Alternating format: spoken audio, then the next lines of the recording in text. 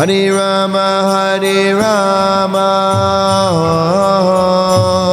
Rama Rama, Hare Hare.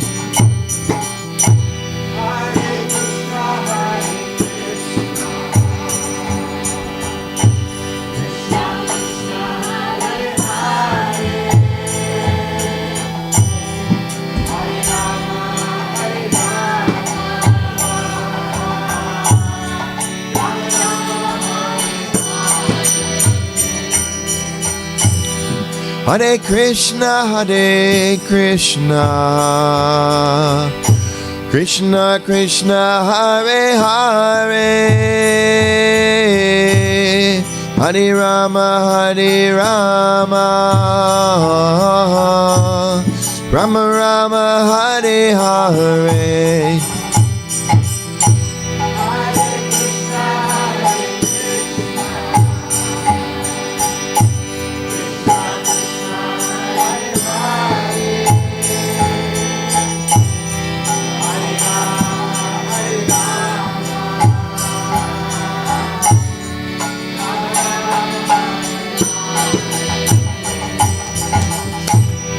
Hare Krishna, Krishna Krishna, Hare Hare, Hare Rama, Rama Rama, Hare Hare.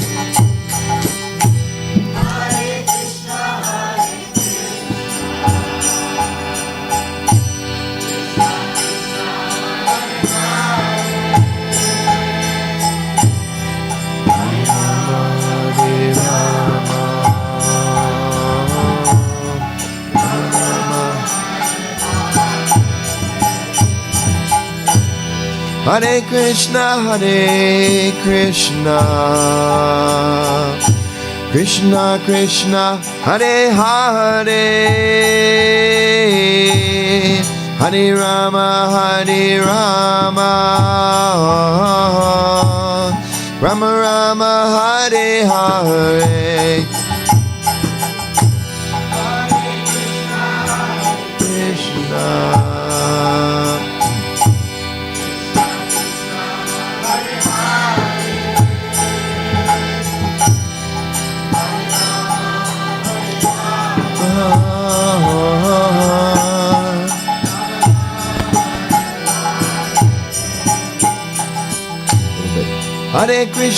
Hare Krishna, Krishna Krishna, Hare Hare, Hare Rama, Rama Rama, Hare Hare. Krishna Krishna Krishna, Hare Hare,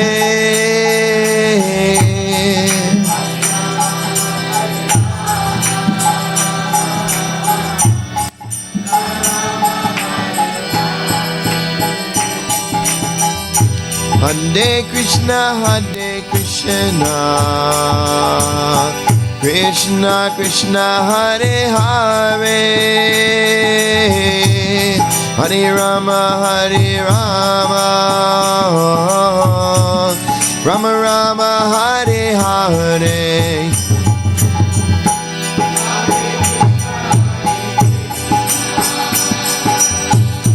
Krishna Krishna, Hare Hare, Hare Rama,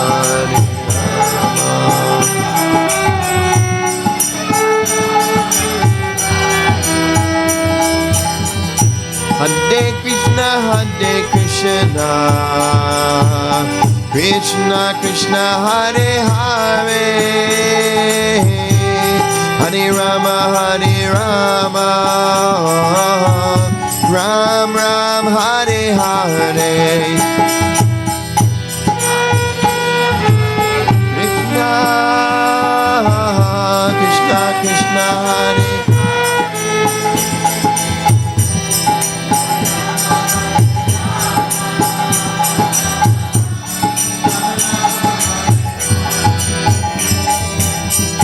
Hare Krishna, Krishna Krishna, Hare Hare,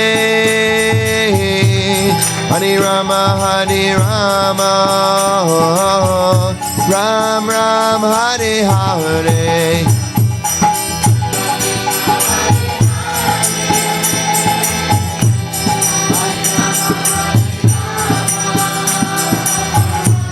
Ram Ram, Hare Hare. Hare Krishna, Krishna Krishna, Hare Hare, Hare Rama, Ram Ram, Hare Hare.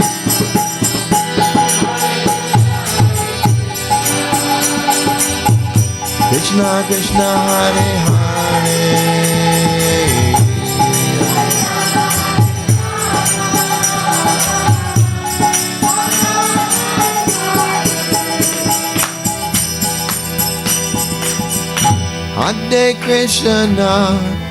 Hare Krishna, Krishna Krishna, Hare Hare,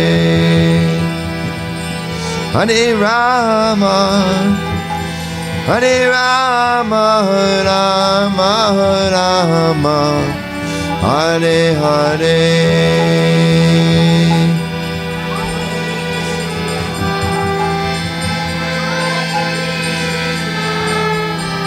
Krishna Krishna, Hare Hare.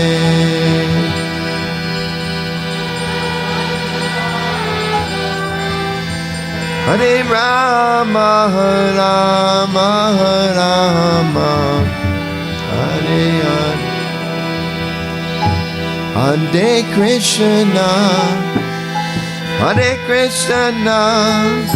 Krishna Krishna, Hare Hare, Hare Rama, Rama Rama, Hare Hare.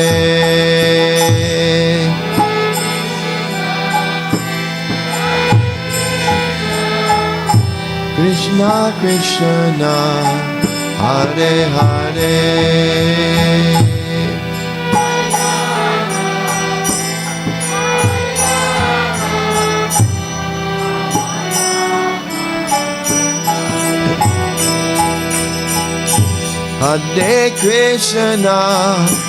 Hare Krishna, Krishna Krishna, Hare Hare, Hare Rama, Rama Rama, Hare Hare.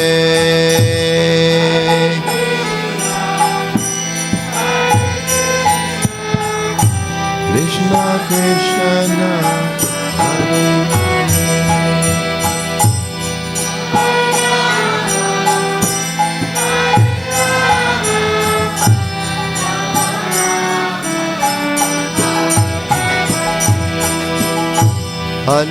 Krishna, Hare Krishna, Krishna Krishna, Hare Hare, Hare Rama, Rama Rama, Hare Hare.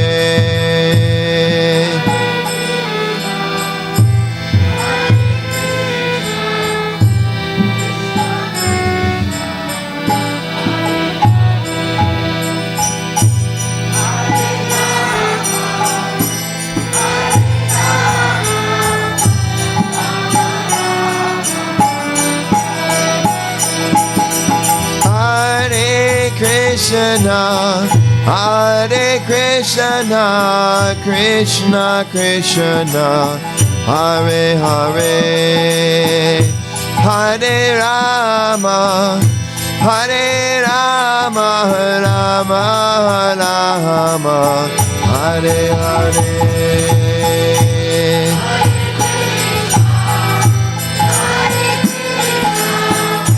Krishna Krishna,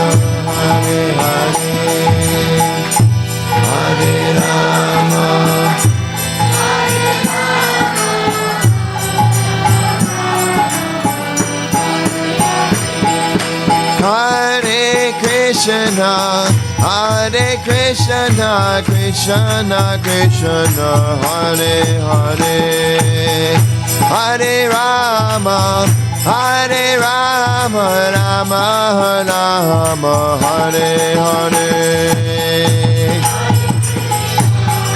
Hare Krishna, Krishna Krishna, Hare Hare.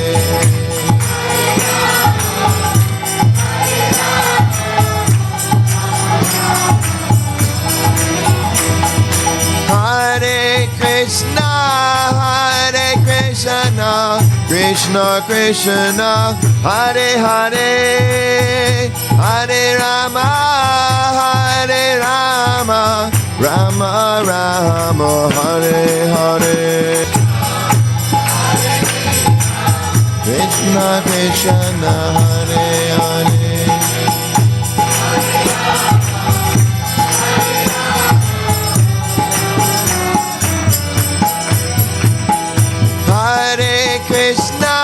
Hare Krishna, Krishna Krishna, Hare Hare, Hare Rama, Rama Rama, Hare Hare.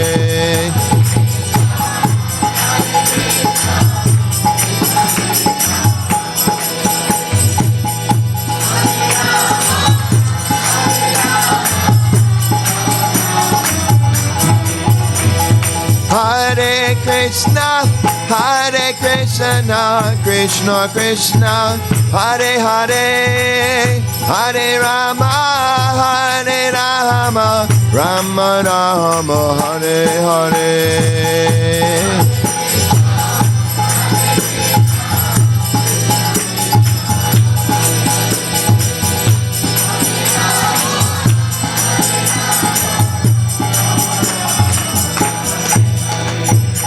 Hare Krishna, Hare Krishna,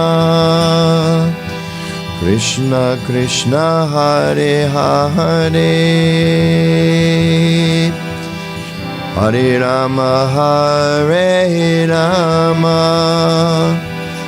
Rama Rama, Hare Hare. Everybody.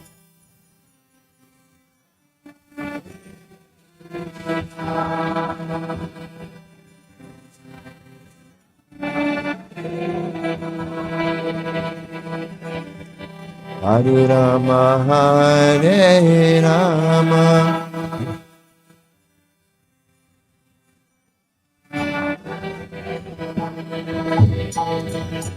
Hare Krishna, Hare Krishna, Krishna Krishna, Hare Hare, Hare Rama, Rama Rama, Hare Hare.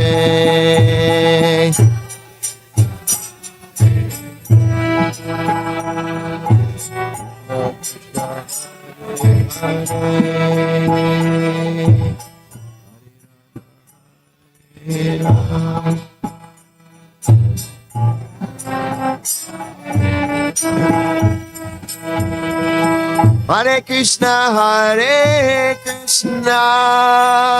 Krishna Krishna, Hare Hare, Hare Rama, Rama Rama, Hare Hare.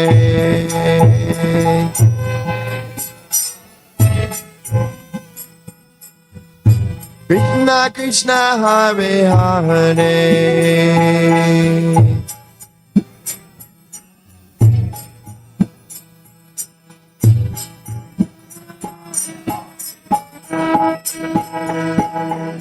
Hare Krishna,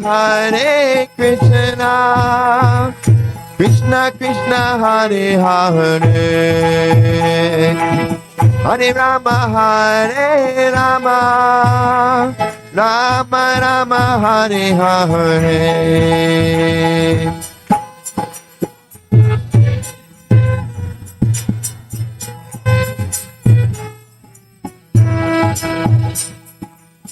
Hare Rama,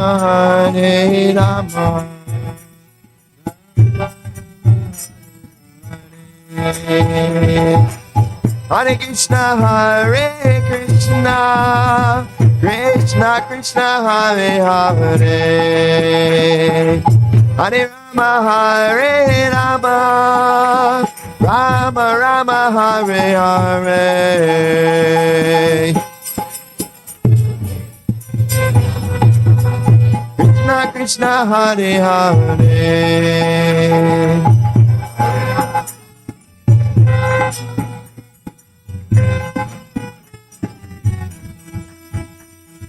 Hare Krishna, Hare Krishna, Krishna Krishna, Hare Hare, Hare Rama, Hare Rama, Rama Rama, Hare Hare.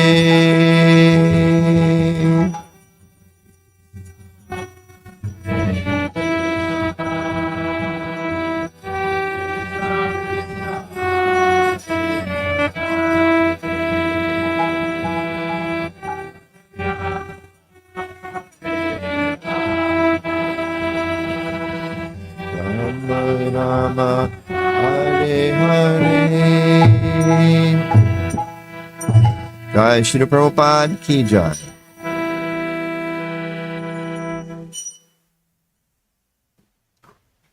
So maybe a little more light. Now, if we can, just a little bit.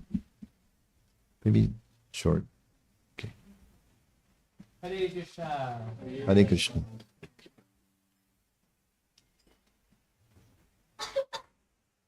Hare Krishna. Welcome everyone. So nice to be here in this cozy evening. It's cold outside, but it's so warm inside. And today we have a very special guest.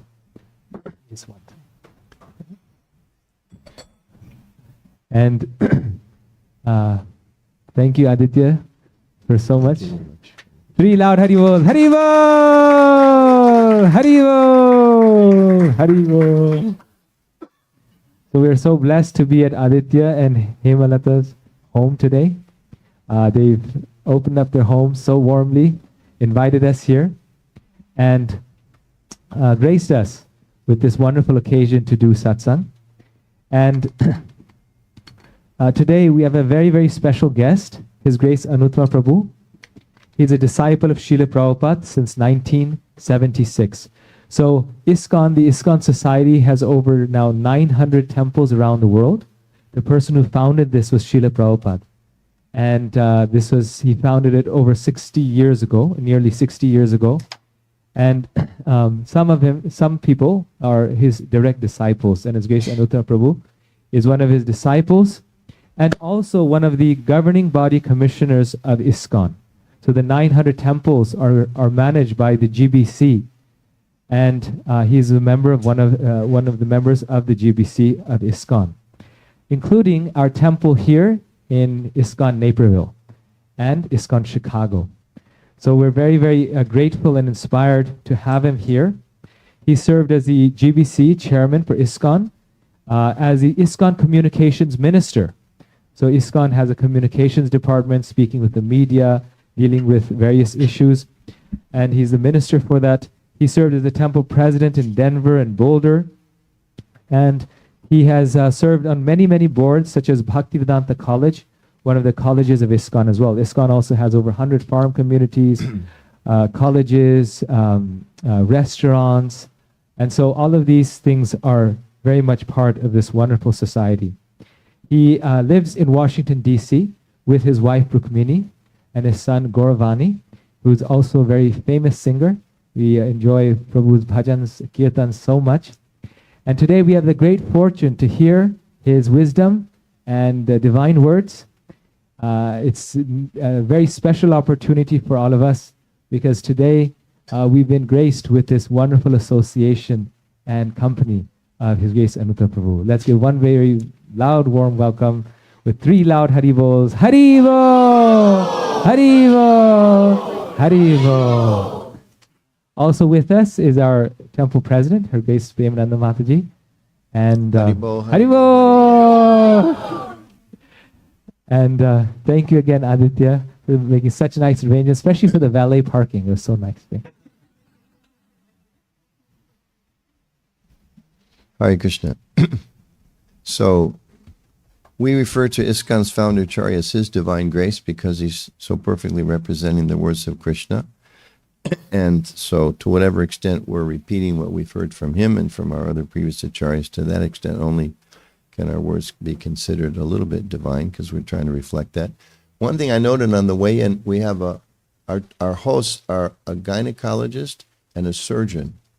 So if there's any medical emergencies during the evening, you're covered. So feel comfortable. We're good. We're good. And they got a valet parker here who knows how to get to the hospital quick. We're in good hands. We're in good hands. So thank you. Thank you for having us here. So I was going to read a little bit from, it's one of my favorite parts of Prabhupada's writings. This is actually from the preface of a book called, he translated into English, The Nectar Devotion, written originally by Rupa Goswami, one of the principal followers of Sri Chaitanya Mahaprabhu, who was a great saint in the 15th into the early 16th century, and considered by Gaudiya Vaishnavas as a manifestation, or actually Krishna himself, who appeared in this age to teach how we can live our lives in a way that will make us happy and help alleviate the stress that is so ever present in this world, and help us understand what's the real best goal in life. We live in a society that's very goal-driven, very goal-oriented, but very rarely do people ask, is there a best goal? There's different goals, but is there a best goal? Is there a goal, even if it's not best, let's say, is there a goal that transcends or that is greater than anything we can accomplish in the here and now? Is there something better? And oftentimes people say, well, no, there's not, or there's not much trouble thinking about it, because what we have here and now is so important. It is important. Our lives now are important. Our relationships now are important, but we also know they're temporary. So this is what is being addressed in this preface. It's a beautiful introduction to the philosophy of bhakti. So begin right in the middle. I'm going to miss a few paragraphs, but just to kind of get some of the essential flow here. So bhakti, we practice bhakti yoga, or devotional yoga. There was somebody here last night with a guitar, but I think it shrunk overnight. It's cold outside, so it shrunk in the cold. Okay, that's possible. Bhakti means devotional service. Every service has some attractive feature which drives the servitor progressively on and on. Every one of us within this world is perpetually engaged in some sort of service, and the impetus for such service is the pleasure we derive from it. Driven by affection for his wife and children, a family man works hard day and night. A philanthropist works in the same way for love of the greater family, and a nationalist for the cause of his country and countrymen. That force which drives the philanthropist, the householder, and the nationalist is called rasa, or a kind of mellow relationship whose taste is very sweet. Bhakti rasa is a mellow different from the ordinary rasa enjoyed by mundane workers. Mundane workers labor very hard day and night in order to relish a certain kind of rasa, which is understood as sense gratification. The relish or taste of the mundane rasa does not long endure, and therefore mundane workers are always apt to change their position of enjoyment. A businessman is not satisfied by working the whole week. Therefore, wanting to change for the weekend, he goes to a place where he tries to forget his business activities. Then, after the weekend is spent in forgetfulness, he again changes his position and resumes his actual business activities. Material engagement means accepting a particular status for some time and then changing it. This position of changing back and forth is technically known as bhoga tyaga, which means a position of an alternating sense enjoyment and renunciation. A living entity, us, cannot remain steadily either in sense enjoyment or renunciation. Change is going on perpetually, and we cannot be happy in either state because of our eternal constitutional position. Sense gratification does not endure for long and is therefore called chapala sukha, or flickering happiness. The basic principle of all living conditions is that we have a general propensity to love someone. No one can live without loving someone else. This propensity is present in every living being. Even an animal like a tiger has this loving propensity, at least in a dormant stage, and it is certainly present in the human beings. The missing point, however, is where to repose our love so that everyone can become happy. At the present moment, the human society teaches one to love his country, or family, or his personal self, but there's no information where to repose the loving propensity so that everyone can become happy. That missing point is Krishna, and the practice of Bhakti Yoga teaches us how to stimulate our original love for Krishna and how to be situated in that position where we can enjoy our blissful natural life. In the primary stage, a child loves his parents, then his brothers and sisters, and as he daily grows up, he begins to love his family, society, community, country, nation, or even the whole human society. But the loving, even by loving all human society.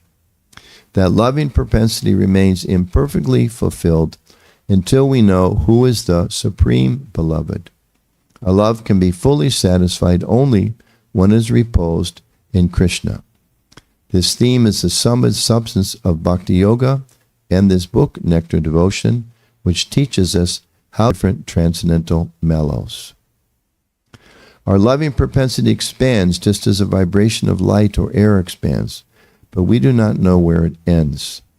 This nectar devotion teaches us the science of loving every one of the living entities perfectly by the easy method of loving Krishna. Nama Om Vishnu Paraya Krishna Prasthaya Bhutale Srimati Bhakti Vedanta Swaminiti Namane Namaste Saraswati Devi Gauravani Vicharnine Nirvasesha Shunyavadi Pashtacharistarine. So this little introduction here really is the essence of Bhakti Yoga as we understand it, especially in our Gaudiya Vaishnava tradition, that it's the essence of spiritual life is to understand what's our relationship with the supreme spiritual energy, or Krishna as he's known in Sanskrit and in the Vaishnava tradition. And that this is actually the essence of all life, that we're all servants. Generally, especially in the Western culture, we don't like that very much. Nobody really wants to be the servant. Everybody wants to be the master. And if you were to apply for a job and they tell you, well, you're going to be the servant of this one and this one and this one and this one and this one, you're probably not so inclined. But if they tell you, well, you're the master of this cubicle over in the corner here, there's no windows, there's no light other than, etc. You're like, oh, I'm good, I'm the master of that one, right? Or sometimes we see, we live in a culture that loves dogs. Dogs are very nice. I had 2 dogs when I was growing up. One was named Peaches, the other was Cream. They were sisters. So, but we see it's funny because oftentimes we see even a very successful man or woman, oftentimes in the morning or the afternoon or evening, they're out walking their dog, thinking they're the master. When the dog says, stop, I want to smell this, stop, I want to smell that, stop, I want to do something else to this fire hydrant, the master stops and serves the dog, waits for the dog. Isn't it? It's just our position. We're all that. So it's not sentimental to say that we're looking actually to. So through this service, there's some pleasure there with the serving our, as Prabhu says, serving our family, serving our country, serving our society, serving our institutions, serving the hospital, serving our pets, serving our children, of course. There's some gratification that brings us some happiness. And at the same time, those are all flickering relationships. Tonight, on the way back from Gopal Hari's house, you'd given us some, I shouldn't say, but we shared it, some bags of chidwa or something, right? So we, stopped at a stoplight. There was some homeless person with a sign who was asking, for money. And sometimes I've experienced that they won't take food. They don't want food. They want money. So I was asking, would you like something to eat? And this man said yes, and he seemed very generally appreciative. And I gave him a couple bags after he'd already gotten it, so there's no need for him to go into his pitch because he'd already gotten a contribution, what little bit it was. He said, "Thank you very much. I'll share it with my kids." And I was thinking, well, he probably tells a lot of people, I need money. Maybe his sign says that I need money for kids. Whether he's got kids, I'm not sure. But he'd already gotten what he was going to give. But he said, I want to share it with my kids. So maybe that's not a reality. I tend to think it was. So in that situation also, he has something, he wants to share it with his children despite his very difficult situation. So we all have this desire to love someone, and Prabhupada's pointed out here in this preface to this 5 centuries old literature that where to repose that loving propensity, that's actually the problem, because we're not really sure where to put it. And we know if we are a little analytical, and if we're a little honest with ourselves, we know that wherever we put our loving propensity in this world always ends. You can have a beautiful home, but it eventually you have to leave it somehow. Just like we drive down some neighborhoods in whatever city, and there's some of these older homes that been there for maybe 100, 150 years, and we can't help but think, okay, there's a young family there now, and there's children playing in the front yard or the backyard. 20 years ago, there was a different family with a different set of kids in the same backyard. 30 years before, there was a different family with a different set of kids in the background. And they all were thinking, I'm this house, or I own this house. This is my house. Of course, in America, we know usually you don't own your house. The bank owns your house, but that's another point, right? Leave that for another talk. So whatever our situation is here, and again, Bhakti Yoga, it doesn't mean, just to put this out in front, Bhakti Yoga does not say renounce the world. It says transform the world. It doesn't say renounce the relationships, transform the relationships. It doesn't say abandon your house, transform your house, etc. So we'll talk about that a little more.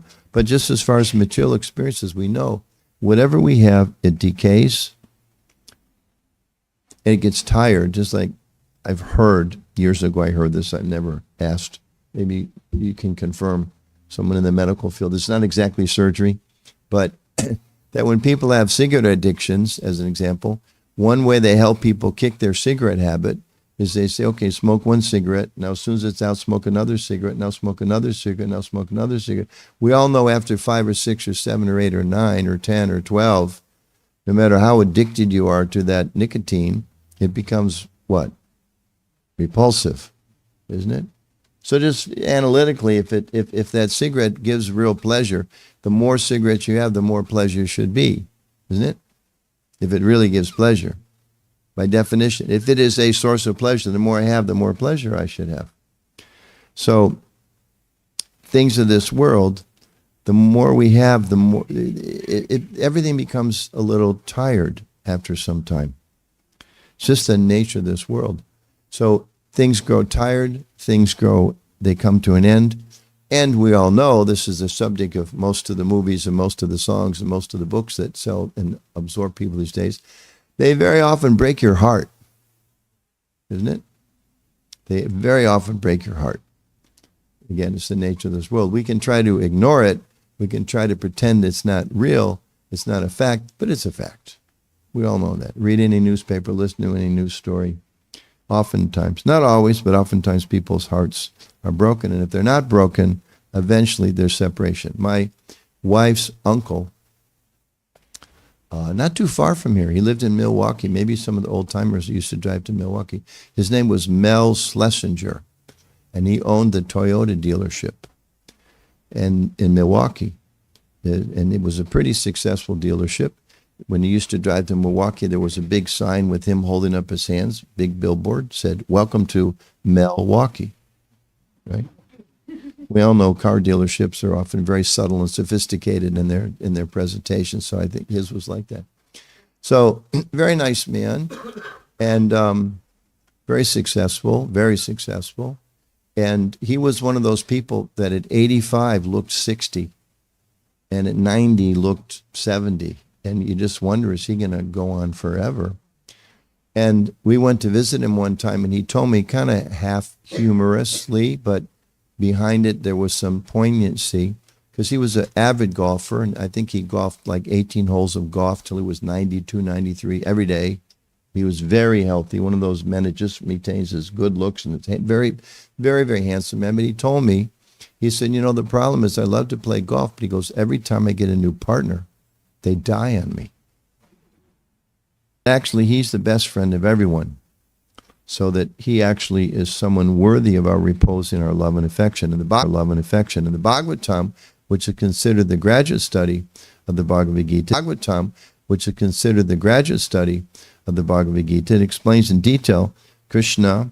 He's our best friend, but he also, depending on our desire, how we want to relate with him, he's our friend. He manifests as a child, manifests as a lover, according to the desire of the living entity. And it's explained in the Bhagavad Gita and elsewhere that all the relationships we see here are reflections of the original relationships with Krishna. An example is given in the Gita, like if you buy a bank of water, like a lot of water here in the Naperville and Chicago area. Sometimes there's trees that grow over the edge of the water. And if you look at the water, you see another tree. So the tree's here, the water's here, and you look and you see the reflection of the tree. But we also notice it's upside down, right? So the leaves are down and the roots of the tree are up, because it's a reflection, it's a backward reflection.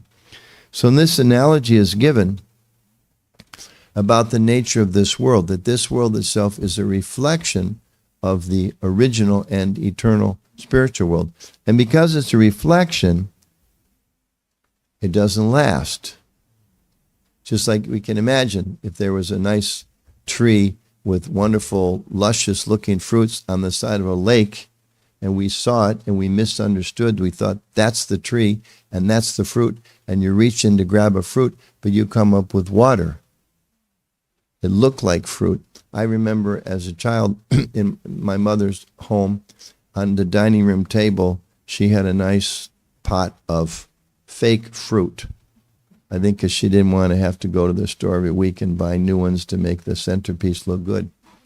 And I can remember they were really tasty looking bananas and really shiny, great looking apples. I know there was apples and there was bananas. I think maybe there was some oranges.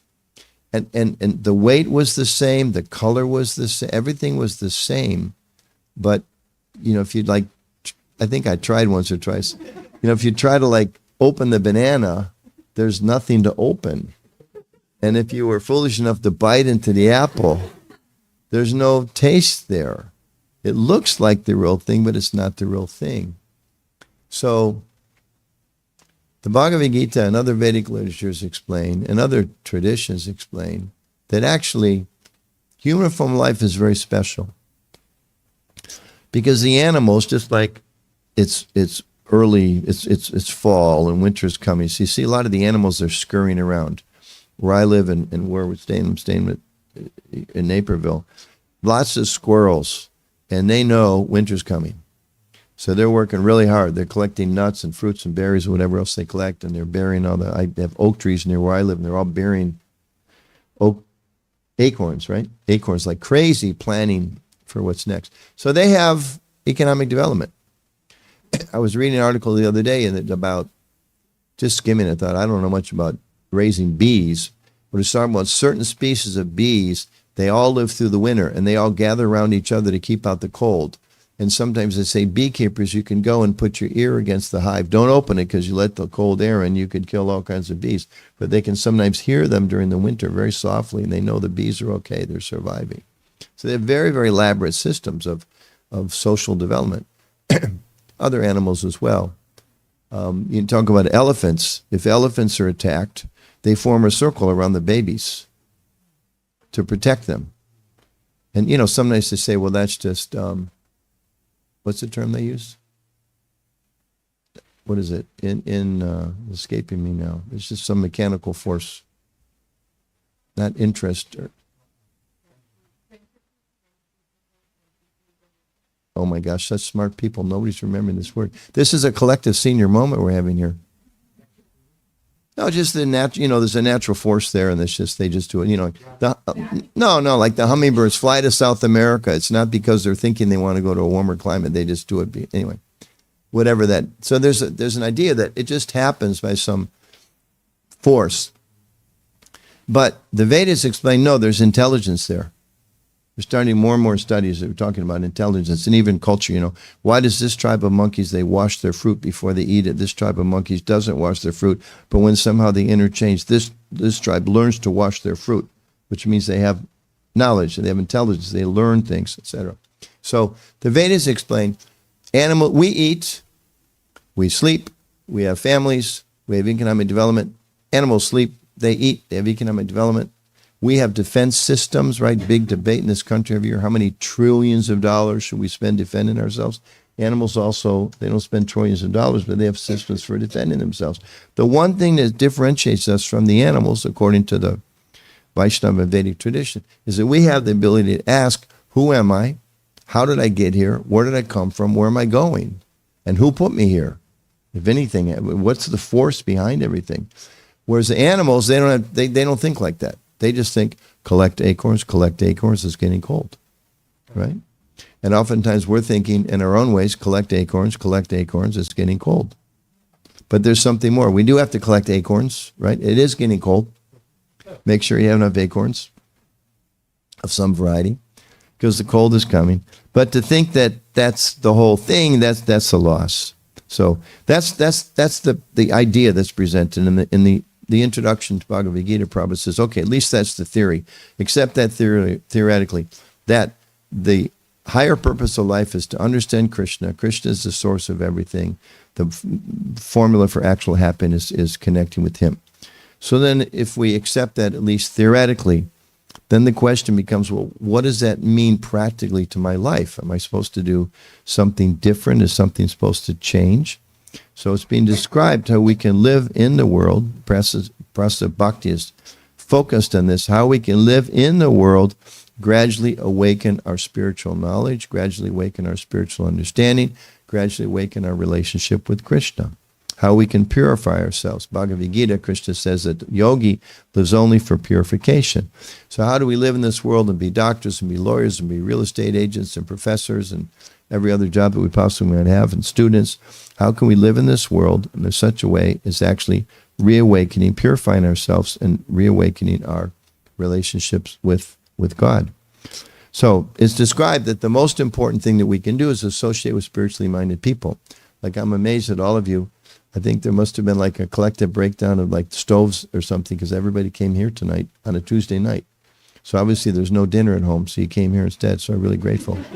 Because otherwise, why would y'all come out on a Tuesday night? We know you didn't come out just to eat. We know that. Somehow or other you came because you've got a lot of nice friends here and because you value the benefit of Sangha. Spiritual association, coming together, chanting sacred music, hearing some philosophy from the great predecessor saints of our tradition, and how it can benefit us. So this association with other spiritually minded persons is described as the most important thing to help us make progress in spiritual life. It's the most important thing, and interestingly, it's the most difficult thing. So just share a few thoughts upon that. So why is it so important and why is it so difficult? It's important because we are social beings. We're very much influenced by the people around us. We've all had the experience. You've got a few friends. I know I have some. You're with those friends, and they just kind of have the certain type of relationship where they cut you down, you cut them down, they cut the world down, you cut the world down, and at the end of a 15-minute conversation, you go away thinking that was really unsatisfying, right? How did I slip into that again? I've told myself I'm not going to get into it with him or her, but I did every time, we slip into that, right? And other people we have relationships with, and has a very different experience. So all of us in this world are described as conditioned souls. We are imperfect beings. Our original pure state is covered. And we all have problems. And we all make mistakes. And we all have imperfect senses. And we all are influenced by anger sometimes and enviousness and things like that that cause problems in our relationships. But still, Lord Chaitanya said it's the most important thing to associate with spiritual people. So how do we do that? Because, a lot of us here are regular members of this Naperville and Greater Chicago community, and we're told about the importance of associating with other devotees or spiritually minded persons. And sometimes it's really, really hard because they just don't understand that I'm always right. Isn't it? You all know that, don't you? You all know you're always right. And if there's a disagreement, it's their fault. Right? We all know that, right? But the problem is there's too many eyes thinking that I'm the one who's right and you're the one who's wrong.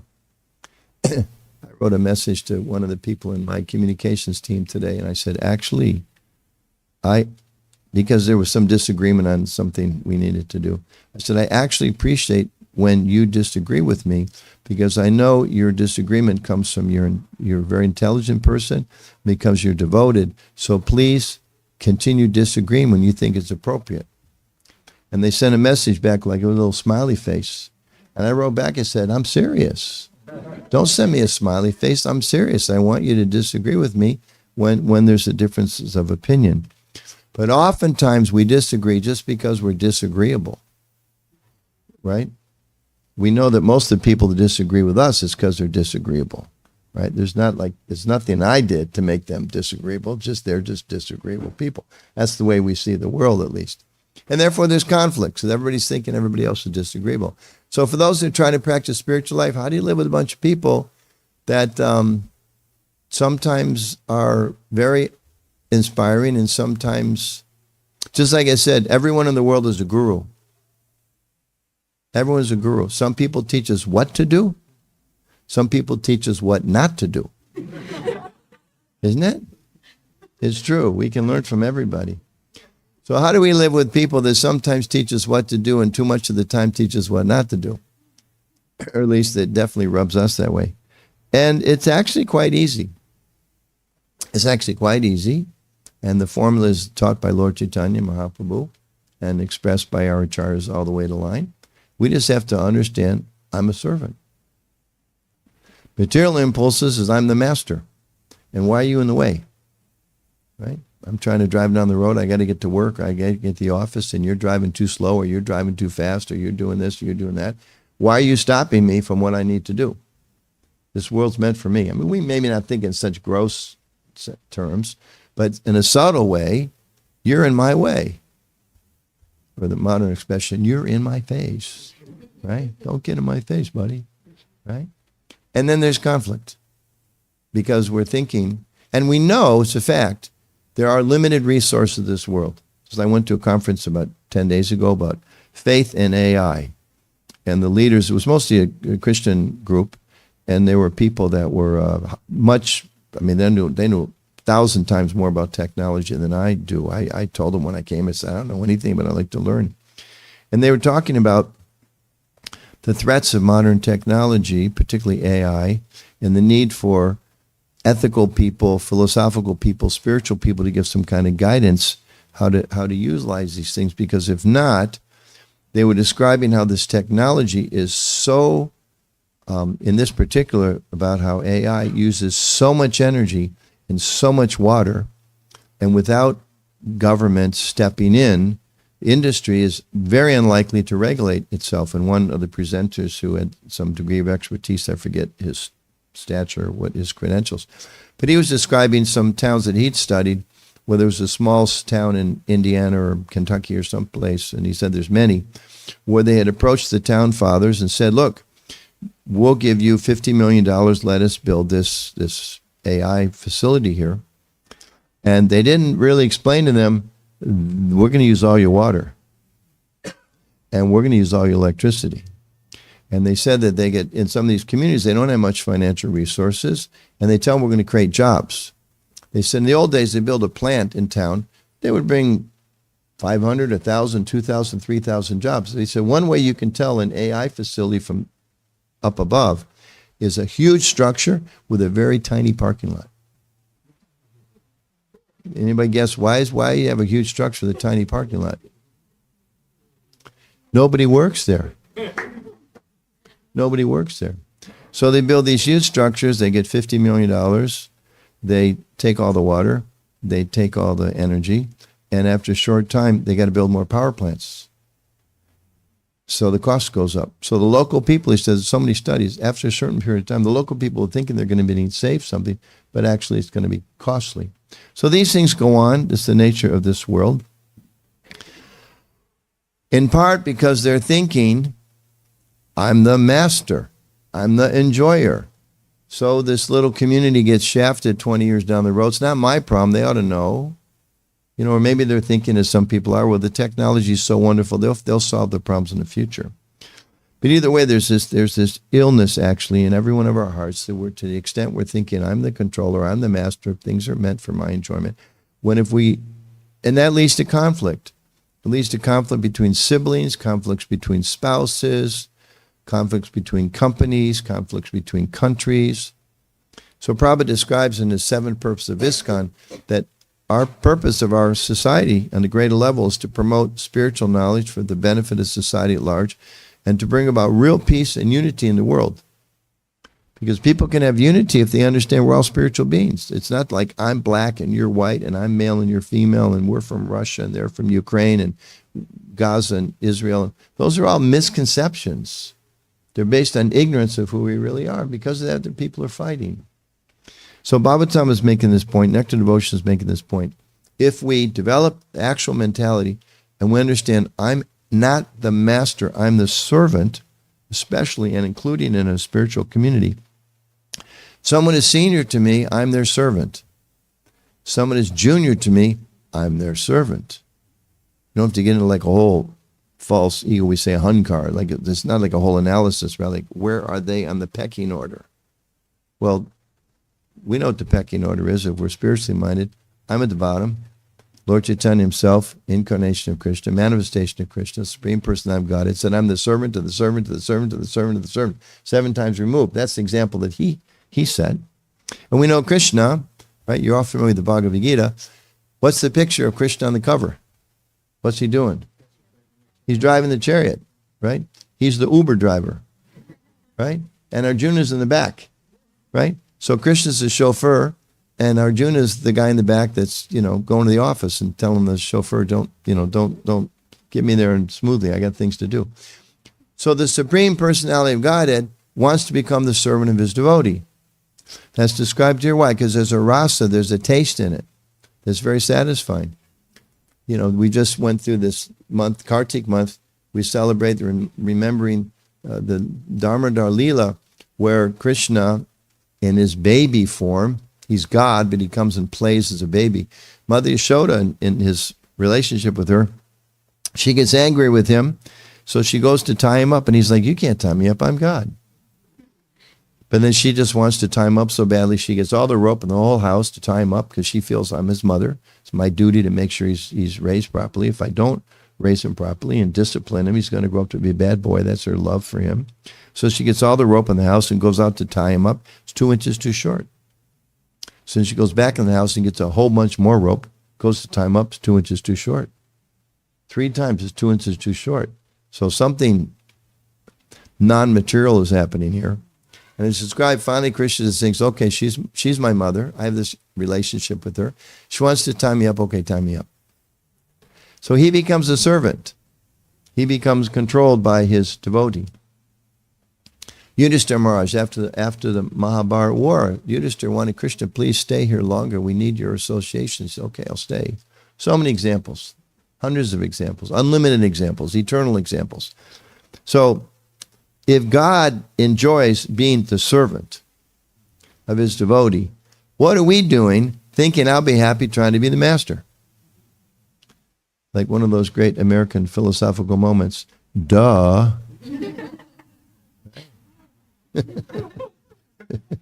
Like, why? We got it backwards. Like the tree's on the side of the lake, and we're jumping in the water trying to find the fake fruits. So if someone is externally junior to us, we should think I'm their servant. If someone is externally senior to us, I'm their servant. Someone is within our Vaishnava association, we use this term, someone is more advanced spiritually, we should be their servant. Someone's less advanced, we should be their servant. Someone is the homeless guy on the side of the road on the way home, I'm his servant. Not like I'm the servant of everybody here, but you go outside, I'm not. I'm the servant of every living entity. And if I do that, if I practice that, somebody's angry, I'm the servant. Somebody's critical, I'm their servant. Somebody's obnoxious, I'm their servant. I pray for them and I try to work in a cooperative way. And we know, as Gaudiya Vaishnavas, Lord Chaitanya said, the best process for spiritual purification is chanting. And then in his Shashastika prayers, said to be the only actual writings recorded from him, he describes what's the mood of our chanting. It says, one should chant, those of you who know, you can say with me, one should chant the holy name of the Lord in a humble state of mind, thinking oneself lower than the straw in the street. One should be more tolerant than a tree, devoid of all sense of false prestige, and here's the key point, and should be ready to offer all respect to others. Okay? Now we all know it was published wrong. What it really says is offer all respect to older people. Right? Is that what it says? Offer all respect to those serving as gurus. Does it say that? Offer our respects to sannyasis. Offer our respect to mridanga players and not kartal players. Does it say that? It doesn't say that. It says offer our respect to others. So this is the message that Krishna gives, that Lord Chaitanya gives, that Srila Prabhupada gives. And I'm reminded of one of my favorite stories. I think this is Stephen Covey. I gotta go back and check, but he's one of the people that I gave a Bhagavad Gita 2 years ago, so maybe no, not 2, he's been dead for 5 years. Some time ago. Famous writer of the last couple decades about leadership and all of that. And he tells a story of, he was giving a seminar on leadership and human relationships, and someone came up to him afterwards and said, "Can I ask you a question?" He said, "Of course." He said, I have a problem I need your help with. He said, "What's your problem?" He said, "I don't love my wife anymore. What do I do?" He said, "Well, you should love her." He said, "No, but I don't love my wife anymore." He said, "Well, then you should love her." He said, "You don't understand my question." He said, "You don't understand my answer." He said, "You telling me you don't love your wife anymore, you're thinking it's a feeling, but it's actually an action. If you don't love your wife anymore, if you don't feel that love, act out of love, and we know the feeling of love will come." So, in the same way, we are advised in this lifetime, we should use our energy as much as we can, our time, to try to direct at least part of our lives toward reawakening our love for Krishna, our service to Krishna or God, whatever name we prefer to use for him, and in relationship to others, understanding that they're also divine beings. They're all the energy of Krishna. They're described parts and parcels of Krishna. We should try to see everyone and serve everyone in that mood. And this will actually help us reawaken our spiritual life, and will actually help us. This actually is the most pleasing thing to Krishna, when he sees that we interact with each other in that way. He says in the Bhagavad Gita, "There's no one more dear to me than one who explains this message." So, of course, we know the best way to serve other people, to help them directly connect with Krishna. And within our own communities especially, it also means, and other people we interact with too, but especially in our own communities, to have the same mentality of remembering that I'm a servant. And I used to see, and I'll end with this, I remember my own life experience. I was in the Denver Temple, I think you mentioned it, in Colorado, and we used to go to Los Angeles, a bunch of the people from the Denver Temple for the Rath Yatra. And that was kind of like going from, I don't know, some small town in Illinois to like downtown Chicago going from Denver to LA. It was just big, right? And the temple was big, and there was thousands of people there. And I can remember kind of driving in and feeling a little bit like, okay, I know what I'm supposed to do in Denver. You know, I'm like the third guy down from the temple president, and I know I'm get this responsibility, that responsibility. What am I supposed to do here? And then it just kind of dawned on me, well, I'm just supposed to be a servant. That makes it real easy. Instead of like, well, somebody comes and asks me to do this, and I say, well, I don't know, who are you and what's your position, and do I, you know, maybe I can find somebody more important than you to like take instructions from, right? Or maybe I can find something where I can make a bigger difference. And of course, that's an okay question. We should all evaluate our skills like that. But the basic concept that I'm a servant.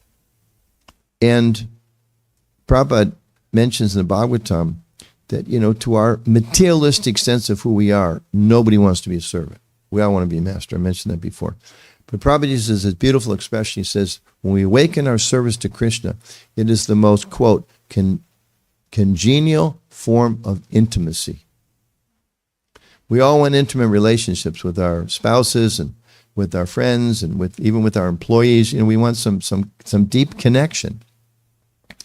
We don't want to just say hi, bye every day to people like that. We want, so Prabhupada's saying that this relationship with Krishna, which ultimately we're all looking for in different types of relationships, but they always end. And they always let us down.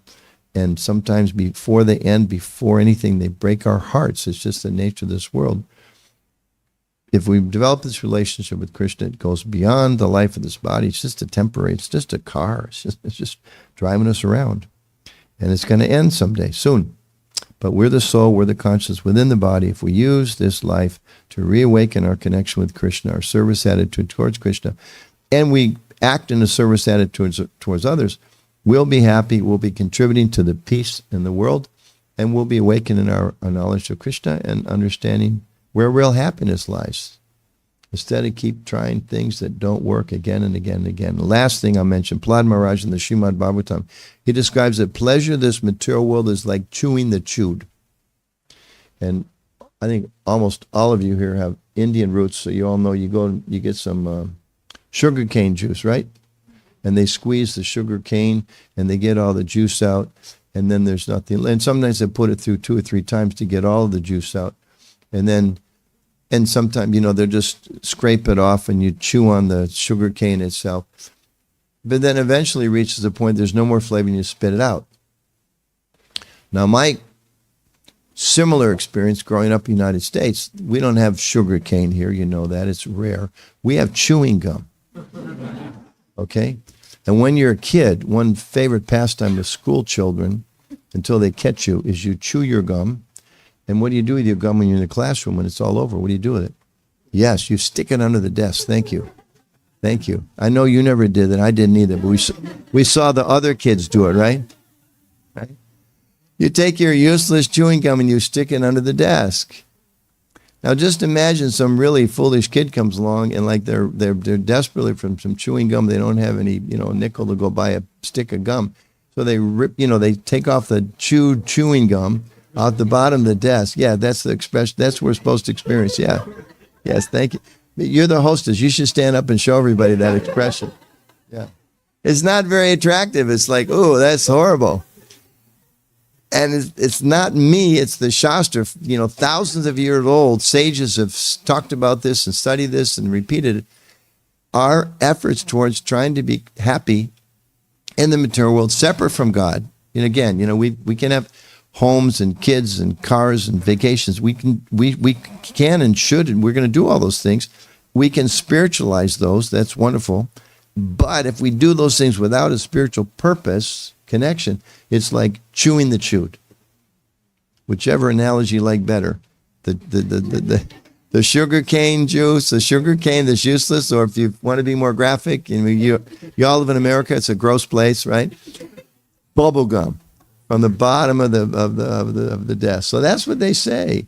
And therefore they just encourage us, as Prabhupada's saying here.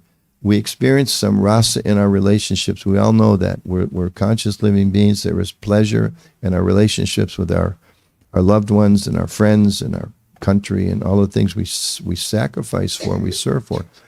And somehow there's just, even if we have a perfect situation, we know it's going to end. We know it's going to end.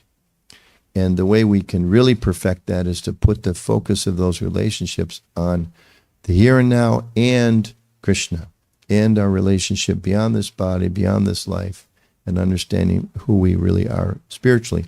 That way, we elevate all of our different rasas or relationships here in this world while we're in pursuit of awakening our original pure spiritual rasa with Krishna. So that's the message of the Nectar Devotion, and thank you for listening patiently, and appreciate you all being here. And I don't know if we have time for little questions or anything like that. Okay. I looked in the kitchen. I went through. There's some big plates of, right? It's back there, right? Okay. Those of you that walked in and were checking, I saw a few people like looking at those lemons in the basket and wondering, like, is that it? It's just limes and lemons. Don't worry. There's actually, we've got some big trays back in the back room. Okay.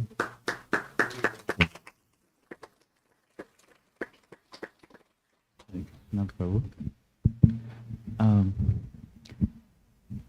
I'm getting to understand the aspect of mode of service, especially seeing Krishna, how he's trying to serve his devotee, that kind of attracting our heart to be his servant, But coming to this world, it often seems to be that it's a, when you are asked to be servant or when you're asked to cooperate, it just like, it is very hard. It's like chalk on a chalkboard. Servant. And then actually the situation looks to be more chokier. Like, I'm already not able to cooperate or servant, and you're asking me to do something I'm not able to do, then it becomes like, more problematic. That's the experience I'm seeing. So how do we go about it? Actually, I would suggest that it's not our experience. Our experience is when we give, like what they say, it's Christmas time coming, right? To give is to receive, or is more sad. There's some expression like that. And we see that. Our mind, which is described in the Bhagavad Gita as our worst enemy, is telling us, no, I want to be in control. I want to be in the center. Everybody should please me. But we all experience, you have medical doctors here. I'm sure there's sometimes when you're there late at night or on the weekend when you don't really want to be there, but from your professional expertise that I'm actually going to help this person survive another 3 months or 3 years. And without me or somebody with my skills, they're not going to see it. You make that sacrifice. And there's a sense of contribution, I'm sure, and pleasure that you're really helping this person's life. And, I can remember I was raised wasn't really a Christian family, weren't very religious at all, but Christmas was a big deal.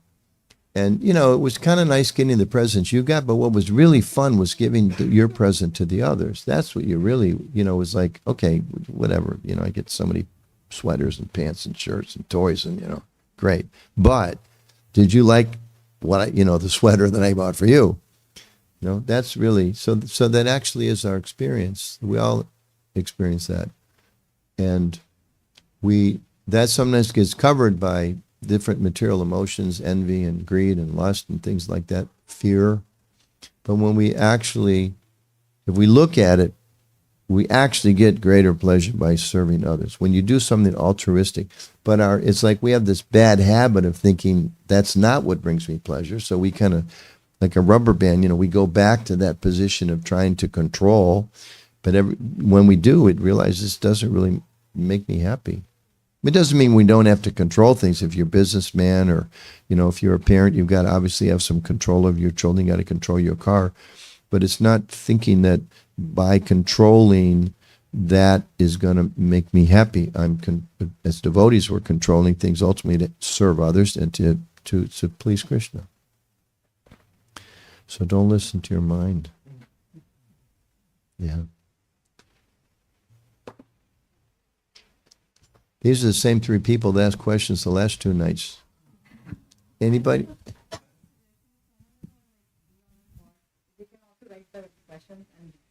Well, that's nice.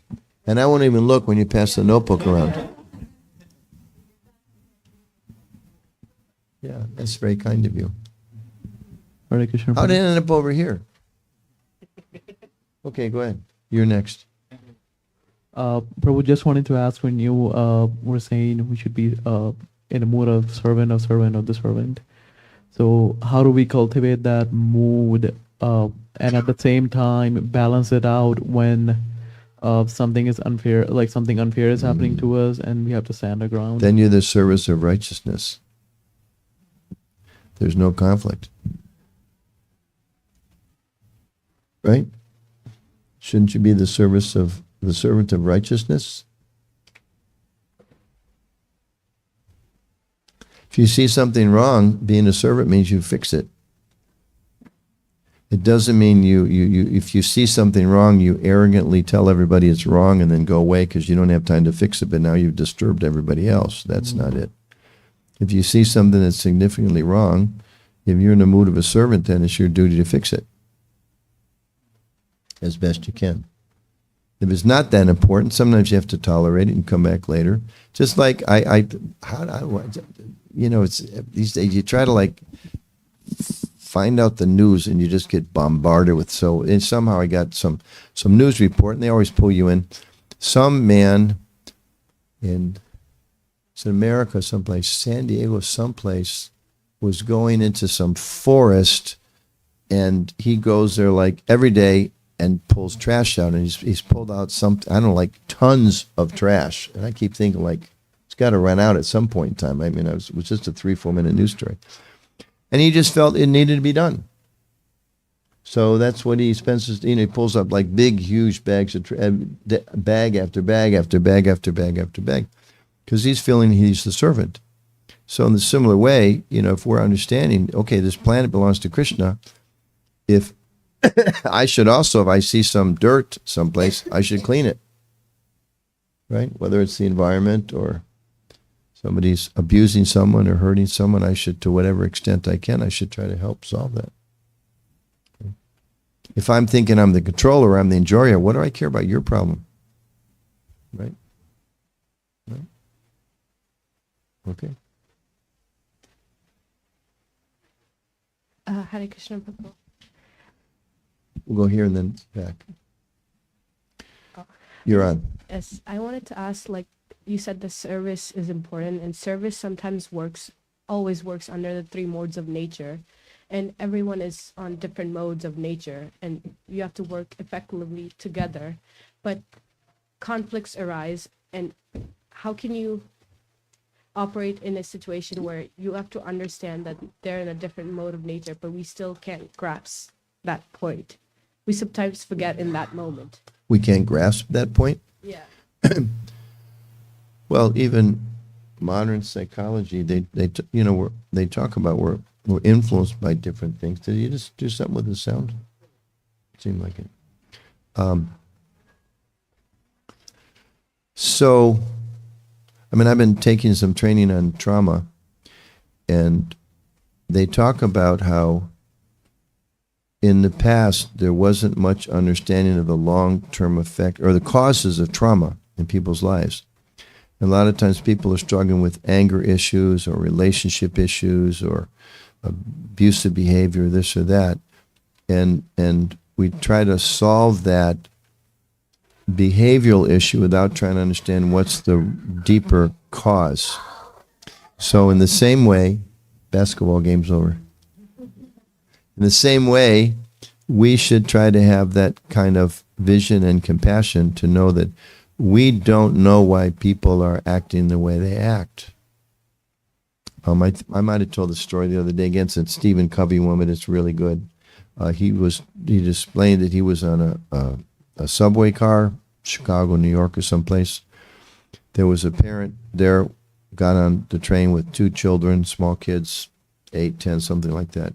And the kids were being completely out of control, running up and down the train and making noise and yelling and jumping and disturbing everybody. And he was sitting there for some time, and then he thought, this father is just unaware, and why isn't he controlling his kids? Doesn't he realize how it's making everything so bad for everybody else? So then he was sitting next to him or close by, and he tapped on his arm or got his attention, said, "Excuse me, sir. Perhaps you don't realize, but your children are causing a disturbance for everyone in this car. Can you please control them?" And the man kind of like came out of a daze almost. He said, "Oh, I'm so sorry. I didn't realize, we just came from their mother's funeral and we're all a little disturbed right now." And Kavi writes how he just was, flattened by that. How he could be so insensitive. Here this man was, he's got 2 children, just lost their mother. He just lost his wife. And he's thinking, how dare you interrupt my day? I'm trying to peacefully read my magazine or whatever on the train, and here you're making things so rough. So we don't know what's in everybody's background. And part of, I think, materialistic consciousness is, and we're talking, there's gradations, of course, but just to kind of, a very materialistic consciousness is, everything's for me. Like animal life, right? Like the tiger's walking through the woods, he sees a deer. He doesn't stop and think, that deer looks pretty young. She might have children. I don't think I'm going to bother her. Does a tiger think like that? He just thinks dinner, right? Completely unconcerned about anything else than his own tongue and his desire to eat. So in the same way, oftentimes in this world, it's like they even say dog eat dog world, but we want to try to live in a world that's like godly for God world. So we try to remember that in terms of other people. We don't know what's happening in the background. And people are influenced by different modes of nature, different happiness, different suffering, different experiences. Therefore, it's described we should be tolerant. One should chant the holy name of the Lord in a humble state of mind, think of himself lower than a straw on the street, more tolerant than a tree. Should I do?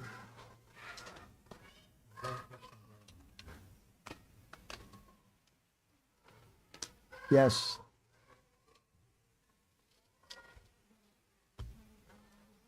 I think the microphone's off. Yeah.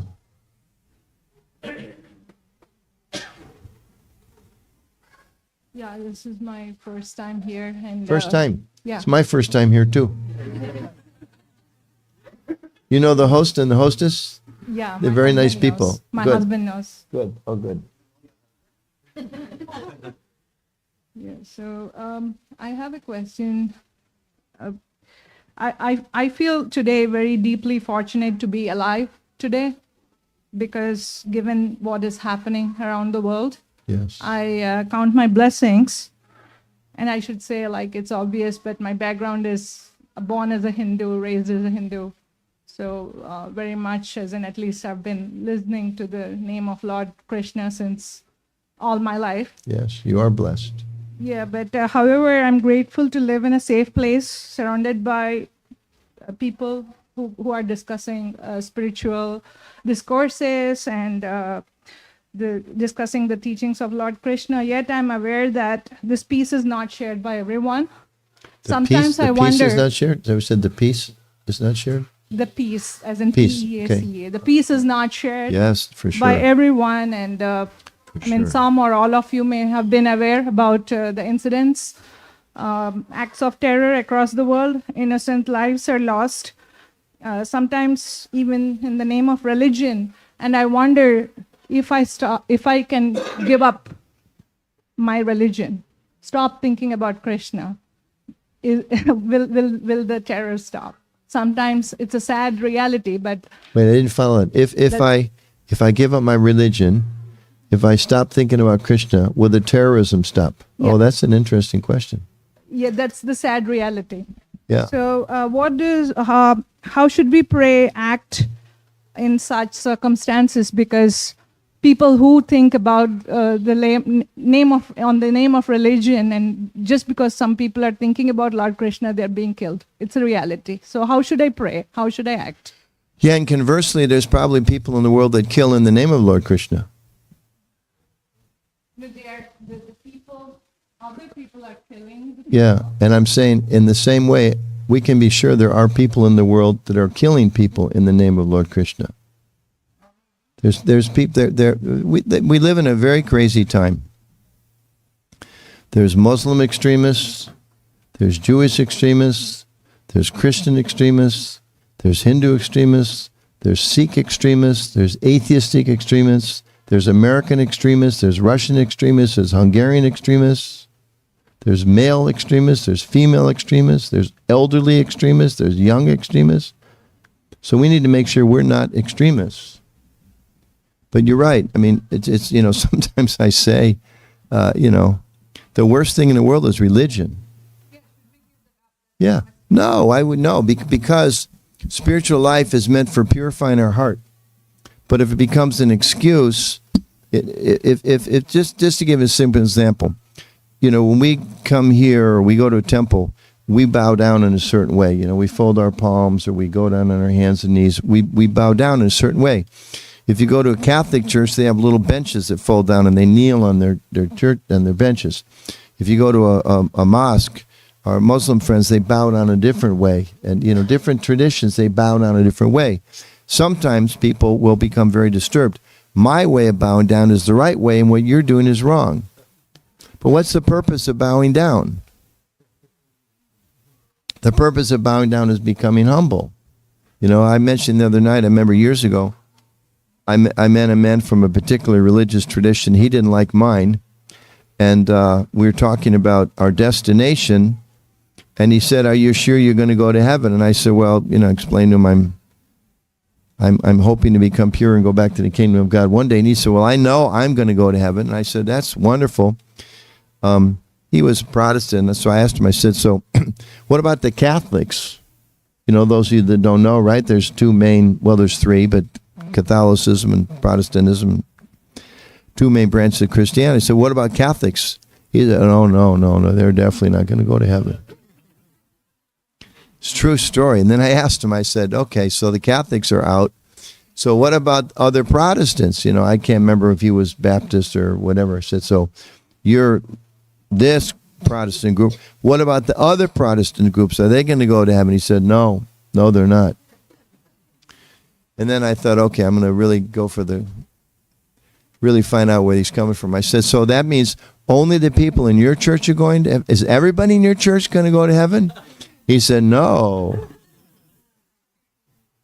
So this is what we call, we Krishna, a hankar, a false ego, where we become falsely proud. We think, you know, we're American or we're Indian or we're Russian or we're this or we're that. And based on that identity, we form tribes.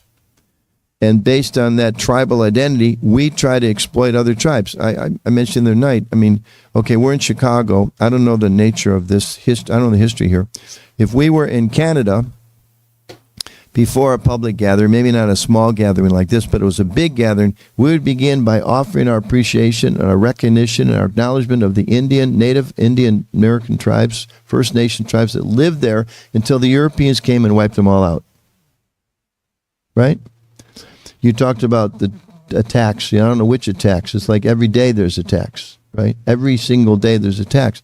The last year there's a lot of news stories about, you know, they uncovered in America, the land of the free, home of the brave, they uncovered yet another grave of 200 unmarked children who were put in, you know, who were in these schools by the churches and the government, our government, who said, "We're going to help you by, you can't speak your native tongue. If you do, we put a pin through your tongue. We whip you if you speak your native language. We cut your hair," right? So, but even today, you can read, there's a case in front of the U.S. Supreme Court, a man who's a Rastafarian, that's his religion, and part of it is they grow long hair. He went to one prison, he said, "This is my, you know, it's certified, this is my religious right to have long hair," and they said, fine. They transferred him to another place, he was only there for a few days, and they shaved his hair off. It went all the way to the Supreme Court. Because they thought, we have control over you, we don't like that hair on your head, we don't care what your religion is, we have power. So, whatever it is, people too often misuse this power. I went to Russia a few years ago. I had some good friends there. And there was a big building painting of a Russian general, like from Napoleonic times or something. And I asked about him. They said, "Yeah, he's the general that defeated Napoleon." So that was interesting. He's like one of the big heroes there. And then, so we were talking about history and this and that. And I said, "I don't know much about history. What do you know about American history?" He said, "Oh, well, I can tell you what we know about American history." I said, "Oh, Thomas Jefferson, You know, George Washington couldn't tell a lie. You know, we saved the world in World War II and all that. She said, well, I just know two things. One, you killed all the natives and you built your country on the enslaved blacks. I was shocked. And then I had to say, you're right. I mean, there's many other things. But, you know, read a book about Reconstruction. Read a book. I just read, as studying in American schools, Reconstruction, the period after the Civil War, they didn't talk about it much. And I remember thinking, like, this probably is an important part of history. Why don't we talk about it? I recently got a book about Reconstruction, which is the period after the Civil War that basically in the South, they re-established slavery. 3,500 men, women, and children were lynched between 1880 and 1920. There was a huge parade in downtown New York City around 1925 of the Ku Klux Klan. 1920s, that's 60 years after the Civil War. So that's the history here. And we know it's at least as bad or worse in so many places. So genuine spirituality is a means by which we cleanse our hearts of lust and anger and greed and envy and all those things that lead to the kind of exploitation that you're talking about. And a lot of very smart people, they reject religion because they see that so-called religious people oftentimes are the ones that are most in conflict. You know, they say, I'm a this and you're a that, and hatred comes. Again, you bow down like that, I bow down like this. But most of that, a lot of it comes from our false pride of thinking that, well, I bow down like this, obviously, because it's my way of bowing down. It's better than your way of bowing down. Because it's, do I know for sure that God likes my way better than your way? No, but I know that this is my way. And therefore, it's better. And that's what's described as illusion and ignorance and Maya and all those things and leads to all the conflict. So we're called upon as human beings of whatever faith. I do like a lot of interfaith work. And, you know, I have Muslim friends that I feel are, they're much more spiritual than some Hare Krishna people I know. And I have Christian friends that are very, very spiritual people, and Jewish friends that are very, very spiritual people. So it doesn't matter what label we put on ourselves, and that's the problem. People put labels, and then they have teams. You know, I'm this, you're that. And they use dividing lines because of that. So they say, if we say we're Hindu, what does it mean to be Hindu? What is it just a label? You put a sign out in the front of the door? Or does it mean you have genuine faith that the eternality of the soul? You actually practice compassion, ahimsa. You watch what you eat, you watch what you drink, you watch what you do for the sake of sharing with other people.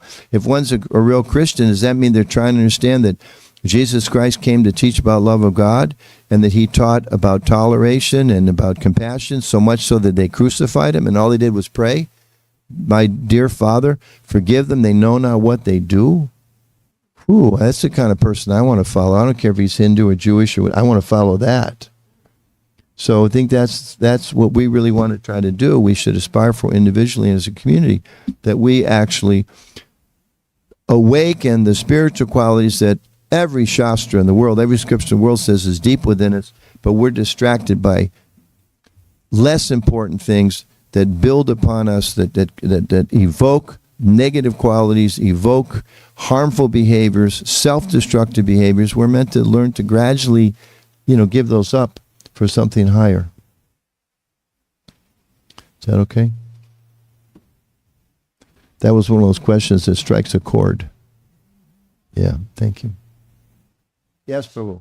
Hey, Krishna Prabhu. I just want to first thank you for coming to our house, and I'm not saying this lightly, like you make everything so relatable that it is very pleasure listening to, like even I would say this course of great importance, you make it relatable by giving everyday examples.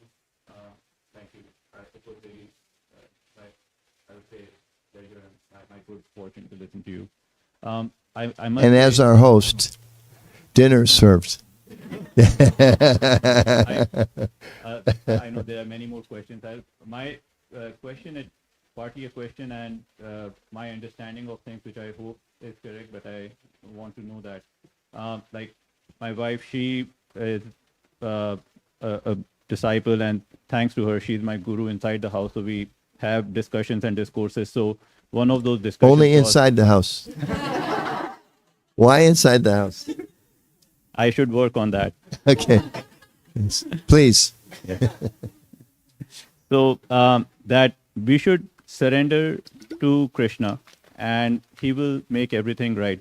Maybe I'm not grabbing the full, I would say, import of the sentence, but I think in my mind, like you were giving the example of medicine. So I'm operating, and I know that I have to operate. If I don't operate correctly, then the outcome will not be good for the patient. So I should operate with the belief that Krishna is helping me behind, but guiding my hand, but I cannot give up. I have to treat the patient. I have to operate. And that is how it is supposed to be. That's my understanding of like not surrendering, but having the belief that Krishna is guiding us. The same. Surrendering means believing and understanding that Krishna is guiding us. I like the expression sometimes, I don't know the source of it, that we should pray as if everything depends upon God, and we should act as if everything depends upon us. And we know the perfect examples there in the Bhagavad Gita. Krishna told, Arjuna was bewildered, the whole conflict with the war and lose-lose scenario and all of that. Krishna goes through the whole analysis, the three modes of material nature, the different types of yoga, the different ashrams and varnas and renunciation and different types of faith and the whole description. And then he tells Arjuna, now, go fight. After he tells him, I control everything, he shows him the universal form. He shows him that this whole world is just a speck in comparison to the universe. But then he doesn't say, okay, Arjuna, I'm God, so you sit down and I'll take care of everything. Right? He says, I'm God, now you go be a good surgeon. But don't think that the skill comes from you. Understand that the gifts that you have are his gifts to you. And we can use them in a mood of appreciation. I remember I just studied French, and I was not very good. First year, and we had a teacher, Madame Gilbert, and she was French. And every day she told us, you American kids, you just don't appreciate what you have. Like she was talking about, we have so many things that we're fortunate. So part of spiritual life, Krishna consciousness, awakening, understanding of self-realization is to actually realize we have so many gifts. I mean, I mentioned this the other day. I mean, you could just Google it. How many thousands of tons of things that people buy at Christmas are thrown away? And I've even seen some studies. Like sometimes people go and they buy like a really expensive toy for their child, and they put it in a gift bag, and the kid loves the gift bag. And the parents are like, that cost me $300, and you're playing with a, $1.50 bag, So the bumper sticker again, I mentioned the other day, he who dies with the most toys wins. And, we've all known people that, you get more and more and more and more stuff, and it doesn't necessarily satisfy us more and more and more and more. But if we see whatever I have, it's a gift of God. There's one, during COVID, I read an article about a man who was a very, very wealthy, I believe in Brazil, very, very wealthy businessman, but he got COVID in the early days when they didn't know how to treat it. And I think they put him on a ventilator and he passed away. And his daughter, grown-up daughter, commented publicly how paradoxical it was that her father was one of the richest men, definitely in that country, maybe in the world. And yet, with this disease, he couldn't, all his money was insufficient to buy him a breath of air which is free for everyone else all over the world. So, just to see, the air, we didn't create the air, Trump or Biden, take your pick. They didn't create the air, right? So the air is the gift, the sun is the gift, the water is the gift. We're messing with it, but, you You didn't like stand in line at the Walmart and said, okay, I want to be a surgeon and give me this kind of hands and make sure my eyes are good and stay. Right? Did you line up? It's a gift. So we use it for him. And then it becomes a source of doing good in the world, feeling a valuable contribution in the world, and at the same time adding to that a deep sense of appreciation. And that's what really satisfies the heart. Should we do one of these? Yes, please. Why is spirituality or religion preached in the context of the negativity around us? I.e., why did you talk about all the negative things? Yeah. That's a great question. In the Gita, Krishna describes that we should understand the evil of birth, death, old age, and disease. He uses those terms. So now, sometimes people will think, well, okay, but it seems so negative. I mean, spiritual life is so negative. It's not negative. It's just like there's a big feast next door. If somebody came in and passed out everybody a dry 3-day-old roti, here's dinner. Okay, we'd all be like, not so happy, but if you're really hungry, you might eat it. Okay? But then if our host comes and says, no, there's a feast next door, you go, no, I have a dried 3-day-old roti. No, there's a feast next door. No, but I like this roti. Prabhu, madam, that roti is 3 days old. It's dry. It's not good enough. It's just something so much better. He said, don't bother me. Why are you telling me all these negative things? Just let me enjoy my 3-day-old roti. It's like, okay, but there's a feast next door. So bhakti is like that. There's a feast next door. The Supreme Personality of God is described as the all-attractive person, full of beauty, full of strength, full of knowledge, full of kindness, full of rasa relationships. According to the scripture, there's hundreds of books, thousands of teachers, thousands of years. He has a relationship with each of us, and we're like caught in a world where you're going to get old. We're going to get diseased. I mean, people that we put a lot of faith in this world, sometimes they let us down. It's a fact. We can't deny it. And therefore we're directed, look, there's something better. So the negativity is described in Ishopanishad. We should cultivate knowledge of nescience, or material life, and transcendence at the same time. So that therefore gives us conviction that we can, and again in bhakti, we don't say that the world's a bad place, we say what's bad is my misusing it. We have doctors who use those medical skills to help people. And keep in mind that the higher purpose is spiritual awakening. Use our skills in his service. And don't be, as our materialistic mind tends to be, I'm the number 2 surgeon in the hospital. Well, I'm not happy. I want to be the number 1 surgeon in the hospital. Until I'm the number 1 surgeon in the hospital, I'm not happy, because I want the honor and the prestige that goes with that. And as soon as you become number 1, then you read an article about the other hospital across town actually has more money, they've got a more famous surgeon, and you are unhappy then too. Isn't it? It's the way of the world. It's the way of material life. With spiritual life, it's like, hey, who cares what number I am? I'm a surgeon, I'm helping people, and I'm doing it for God's pleasure. So that's very positive. Why do we seek God or spirituality in sadness, failure, and sickness? That's the opposite of the question just asked. Yeah. Because we're all looking for happiness. We're all looking for love. We're all looking for eternal relationship with Krishna. And when we sometimes come face to face with some of the difficulties in this world, that's impetus for us. Like there's an expression, there's no atheist in the foxhole. Right? When the pressure's on, God help me. I told this joke the other night. Some of you went there. I'll tell it again. There's a man, he's driving, he's looking for a parking spot. He can't find one. He's going around and around. He's not a particularly religious person, but he's got a very important meeting. He's going to get a big job, maybe land a big sales for the company. Can't find a place to park. He's around and around. He's getting really late, really frustrated. And finally, he just calls out, God, I never pray to you, but I need you now. Please give me a parking spot. God, I promise I'll never yell at my kids again.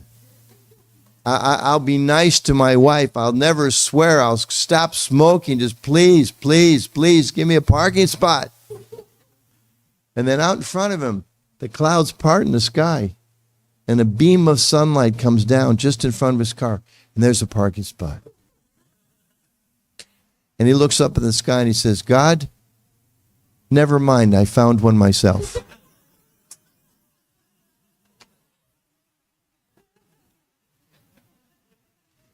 So, Queen Kunti in the Srimad Bhagavatam, we all know Kunti Devi, the mother of the Pandavas, went through terrible, terrible suffering.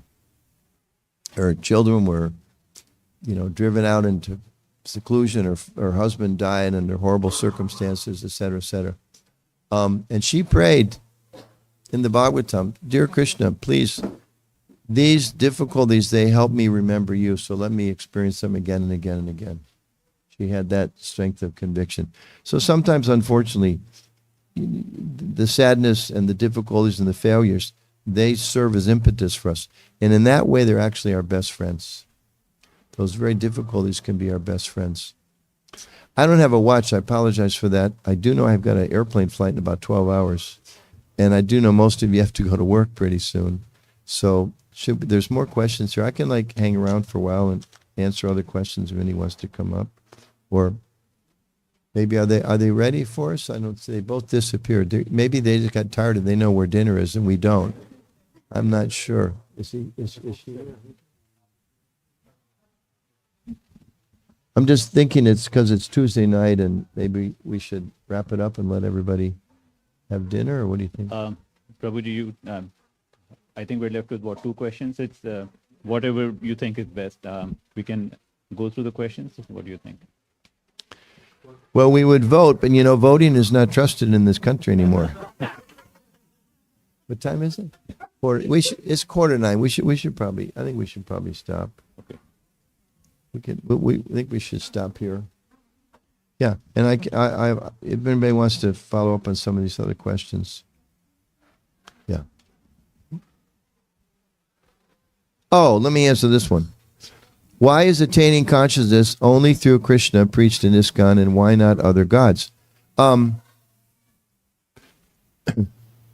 good friend of mine, Garuda Das, who's Graham Schwag, he's a professor, he describes how, he gives a point that if I was to tell all of you how my mother is she passed away, but my mother's a wonderful mother. She took care of me as a child. She cooked for me. She clothed me when I was sick. She gave me shelter and was there when I skinned my knee and all those things.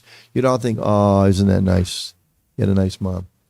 But if I sit here and say, my mom was so special, your mother was nothing compared to my mother.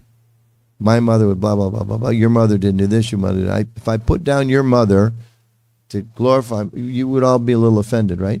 The first time around, you like that.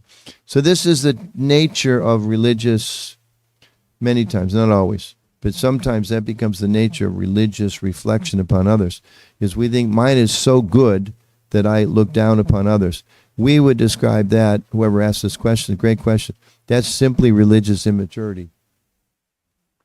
Because every single being is spiritual. Every single being, we believe, Krishna says in Bhagavad Gita, is related to Krishna, related to God. There's many different ways of approaching God. Sri Chaitanya Mahaprabhu described, you have many hundreds of thousands of names. We emphasize chanting God's names. He says you have hundreds of thousands of names. I was thinking today, how many am I going to know? Even if I spent the rest of my life trying to, I can't know all those names. And who am I to say somebody calls upon God's name in a certain tradition or language that's not God's name? I make that judgment. So, we have to be broad-minded. Prabhupada one time wrote to one disciple, he said, you're complaining about some of the other people you're dealing with in life. He said, please tolerate them the same way I tolerate you. So Krishna's the same way, isn't it? We get so proud, so falsely proud, right? And it's natural in one sense. We should feel great pride in, whatever our religious affiliation is, if it's working for us and helping us go deeper and becoming more kind, compassionate, and devoted people. We feel great gratitude and appreciation and connection to that tradition, just like we do our mother. But that doesn't mean we despise everybody else's mother. we should understand, no, my mother's so dear to me. So Krishna says in Bhagavad Gita, he comes again and again and again where there's a decrease in religious practice. And Prabhupada says in his explanation there that God sends different representatives at different times to teach the same thing according to time, place, and circumstance. So people have different capacity to understand. And therefore there's different emphasis in different religious teachings. But we definitely don't say only through Krishna consciousness. I will end with this. Prabhupada when Tehran, he had disciples there who had gone into that country, a predominantly Muslim country. They were chanting Hare Krishna. This is pre-revolution. They were chanting Hare Krishna on the streets. Sometimes they told Prabhupada they were chanting the names of Allah. And they told Prabhupada that. Prabhupada said, very nice. And they said, but Prabhupada, isn't Hare Krishna better? Right? He's the founder of the Hare Krishna movement. He sent his Hare Krishna disciples. You get initiated in our society. You vow to chant the Hare Krishna mantra. We get names of Krishna, etc. And when we take initiation, Prabhupada, they asked him, isn't chanting Hare Krishna better? Prabhupada said, why are you trying to make me sectarian? So that's our answer to this question and some of the sectarian conflict that's there in the world. Okay. Thank you, everyone. I appreciate your patience. Hare Krishna.